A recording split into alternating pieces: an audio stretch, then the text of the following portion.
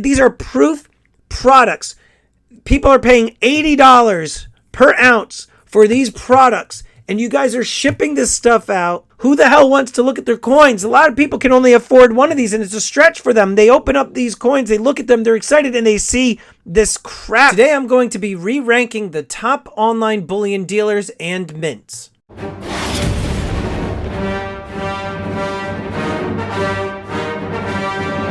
How's it going, everybody? Welcome to Empire Precious Metals. Thank you so much for watching. Today I am going to be re-ranking the online bullion dealers and mints, mainly in part due to the fact that a lot of these mints have been coming out with different products, and so a lot of people's opinions, including my own, may have changed for some of these. And yes, the opinions can change that quickly over the course of a few months, definitely. So it is time for us to re-rank these different dealers and these different mints. If you want to go look at my previous video, I will put the link up here somewhere. But, I think that a lot of these bullion companies, these mints, these retailers, they're all pretty solid companies, maybe with the exception of a couple. So I'm going to re-rank these, and, let me know in the comments down below if you agree with my assessment. So we are going to start in no particular order. We're going to go with APMEX. Last time, I think I have my notes here, actually. I had ranked APMEX in the not too shabby category. I'm actually going to keep them there. They haven't really done anything to piss me off like a couple other companies. They essentially still have pretty good selection, if not the best selection out of any of these other companies that you see before you, at least in my opinion. You may have a totally different experience, which is totally fine, and I do appreciate you leaving the comments below and letting me know. But in my opinion, APMEX is in the not too shabby category if they can still work on their price points. If they can work on bringing the cost down just a tad, that would be tremendous, and that would bump them, in my opinion, to the money category.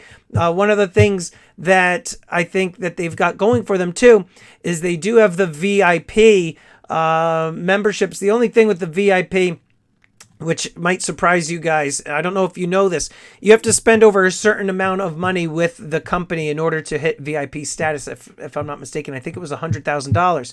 So I have the VIP status with APMEX.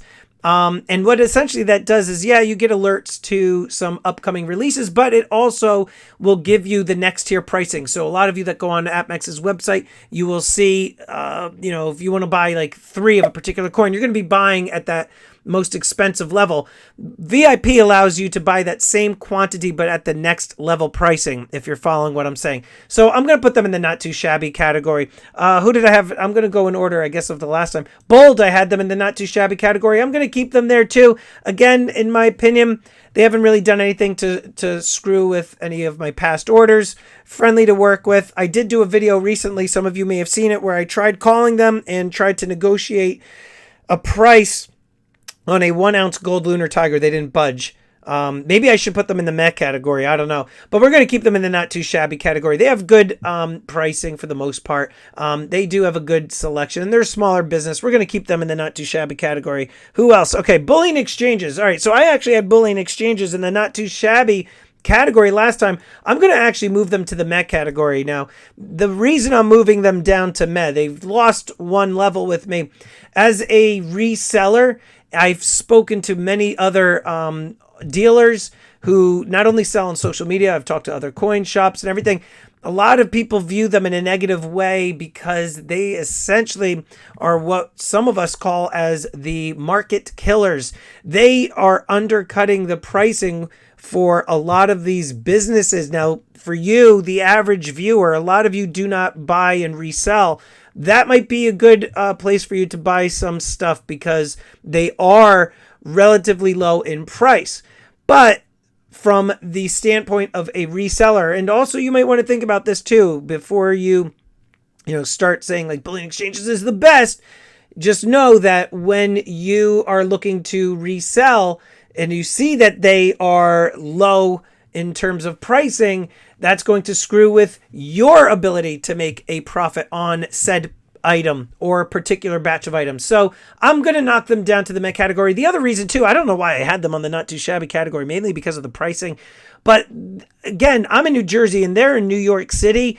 Their shipping time from the time it takes for a e-check to clear to then be processed, to be packaged, and then to ship, they're really slow. I'm moving them to the meh category. Bullion exchanges, you're in the meh category. Okay, stop being so slow with your shipments, and maybe I'll move you back up to the not too shabby category. Hero Bullion. Again, I haven't really bought from them in a long time. I've had good, I'm sorry about the logos. I don't know why they're like this, but this is Hero Bullion. He Bull.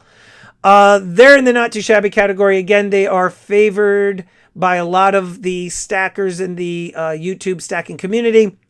A lot of people like them. They are, again, like a smaller business. I think a couple of the owners, they started with Provident. So we're going to put them in the not too shabby category. They are well liked from, at least from everything that I've heard. I've never heard a negative thing said about them. Decent pricing as well. We're going to put them there. Who else do we have? Monument Metals. Where's Monument Metals? Monument Metals, I'm putting in the not too shabby category. I can't really... I had them in the not too shabby category last time. I haven't really bought from them in quite a while. Like I said, I had that one experience where I decided to buy like any coin of their choice for pandas, and I got like 20 of the same freaking panda, and they were willing to just refund me and have me send them the stuff back. And I guess technically they were right. It's their choice, and I took the gamble. But I was expecting to at least get a couple different things. But we'll keep them in the not too shabby category. Silver Gold Bull. Silver Gold Bull I have in the not too shabby category. The only thing for me that's keeping them from going into the money category is I would like to see more in the way of selection and choice. They don't have a big selection, a robust selection like APMEX. They are relatively good on their shipping times. They are good with their pricing. If you go on that Fine Bullion Prices website, oftentimes they're one of the cheaper guys to choose from. I like to buy a lot of my wholesale items from them. So we're going to leave them there. SD Bullion, I'm only putting them in the not too shabby category only because again, they are well liked by the vast majority of stackers in the stacking community. I haven't seen people say too much about them in a negative way. Every once in a while, I do see comments of people saying that their pricing isn't exactly the best. They say the lowest price, period, as their slogan. And a lot of times I've gone and I've seen that their prices aren't the best. Now, I don't know if they do like a price matching thing. I haven't taken the time to look any further, nor do I care to. But, they're not the lowest price, period, unless they're willing to do price matching, because there's other dealers, big dealers, that are priced cheaper than SD Bullion. So, but because I haven't had any negative or good experiences or whatever, I maybe only bought from them once. We're going to leave them there. Government, I had in the meh category. I'm still going to keep them in the meh category. Their pricing is high. I don't really know a lot of people that have bought from them.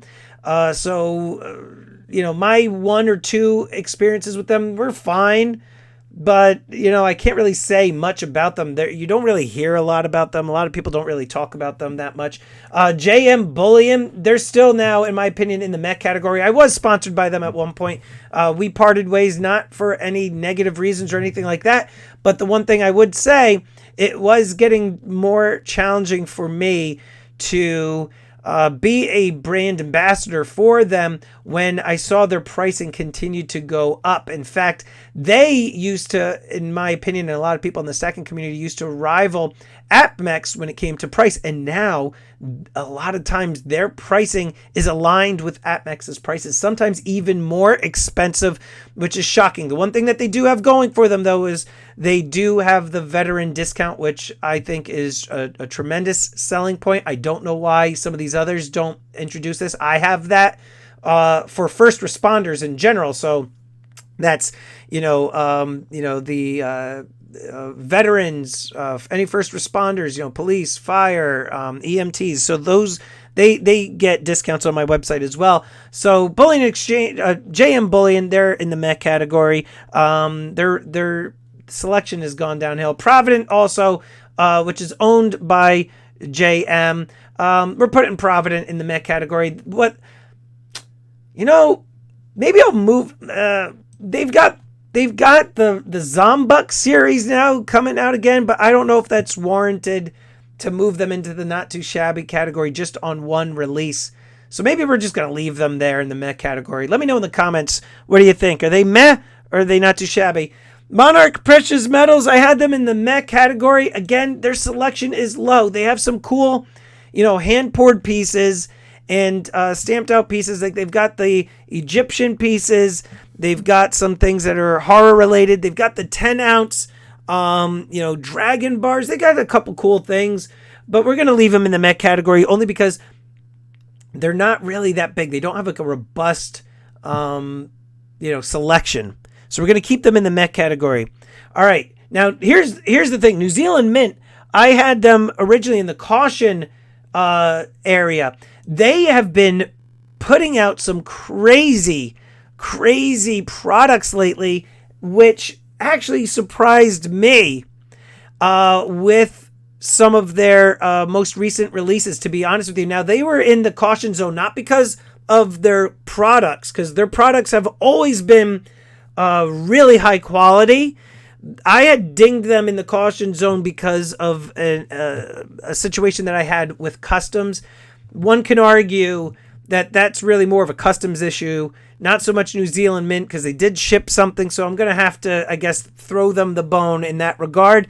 But to be honest with you, I was shocked with how their most recent release of the Star Wars collectible bars have done in terms of resale. They sold out instantly. This is a product that I actually did not buy because I thought that the price point was too high.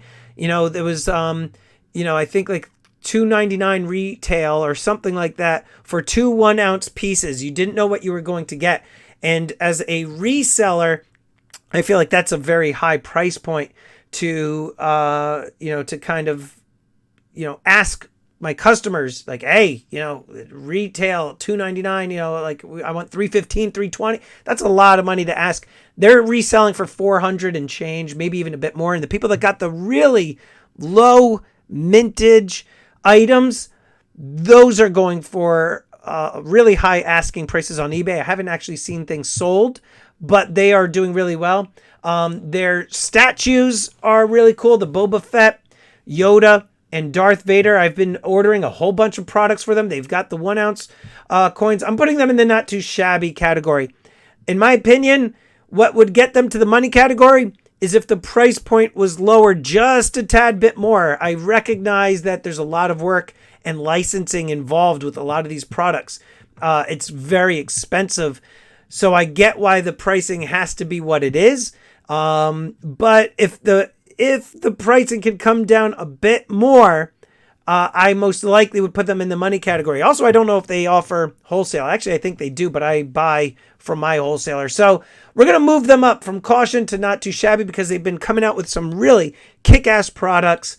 And again, I dinged them on my experience with customs. You could totally bypass that by buying from any of these other online dealers that carry their products. So we're moving them in the not too shabby category where they belong.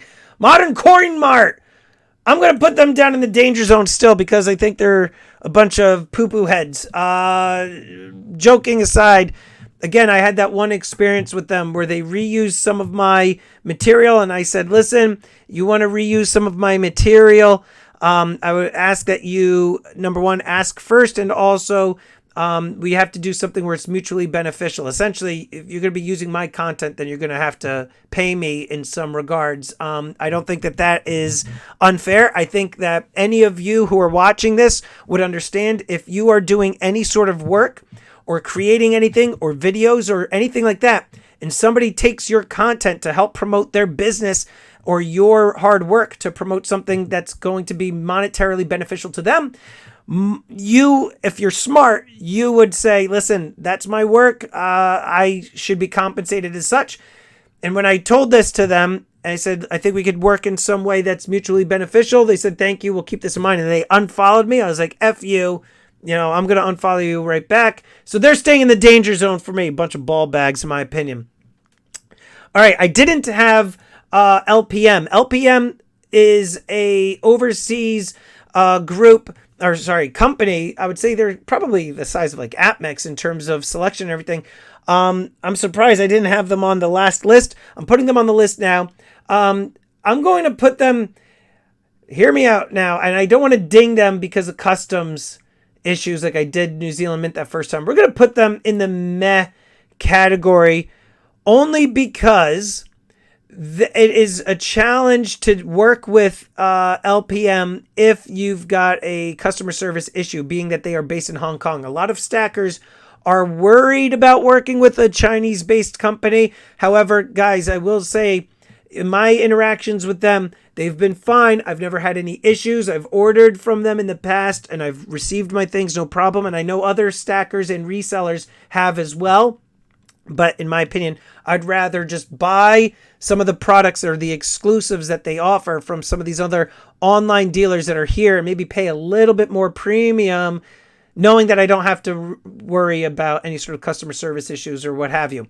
Scottsdale Mint. All right, I'm saving the best for last, United States Mint. Scottsdale Mint, where should I put these guys? Scottsdale. What am I going to say about them? Okay, they offer a decent range of products for inexpensive pricing, which I like. My biggest gripe with Scottsdale Mint, and I hope to God that they see this because I am not alone in this, is that their shipping times rival, in my opinion, bullion exchanges in terms of being just god-awful. They are slower than a snail crawling through molasses. In my experience over the last, I want to say, well, technically, I bought my gold in 2007, 2008, somewhere around there. So you could say I was stacking for 15 years or however long that's been. But like really stacking since 2017, they are the slowest in the one or two experiences that I've had. And that's one of the main reasons that I don't buy from them directly, is because they are just so slow when it comes to shipping. My big experience with them was during the pandemic, and they were just so slow. And one of the things that they've done recently too is that they will release some pre-sale items, and you're sitting 6 weeks on these, waiting for this pre-sale to clear. Your payment's going through, you're waiting for the item to arrive, they're processing, shipping time, they are just slow. Nice products. A lot of their products tend to do well in the secondary market, but God, their shipping to me is the major number one deterrent. I'm putting them in the danger zone, guys. If you disagree with me, let me know. I'd rather buy Scottsdale products from people that have them on hand than having to buy directly from Scottsdale, because their products are fine. I don't have an issue with their products, but man, oh man, their shipping was terrible. Tell me otherwise. United States Mint. All right, I had them in the danger zone last time. The United States Mint, I dinged them because of the horrible experience that I've had in the past, as many of you did also with their releases. We all had those website crashes, all of that stuff. Now, they ironed it out, which is fine. They fixed it. I still find parts of their website to be wonky. When you're working on the subscription stuff, you have to have the subscription set up, then you have to have the actual subscription activated. I mean, there's a couple different things that I feel like are still a little bit wonky. The user experience is still a little bit meh, in my opinion. But in terms of product quality, Jesus H. Christ, what the hell are you guys doing at the United States Mint? Thank God I didn't buy the most recent ultra high relief proof Liberty coins. I saw so many stackers post videos of the uneven coins. You look at the side view at that rim and the edge of those coins, and some of the diameter or thickness is very thin, and others it juts out. Just an uneven stamping of those coins. Now, my bigger gripe was with their proofs.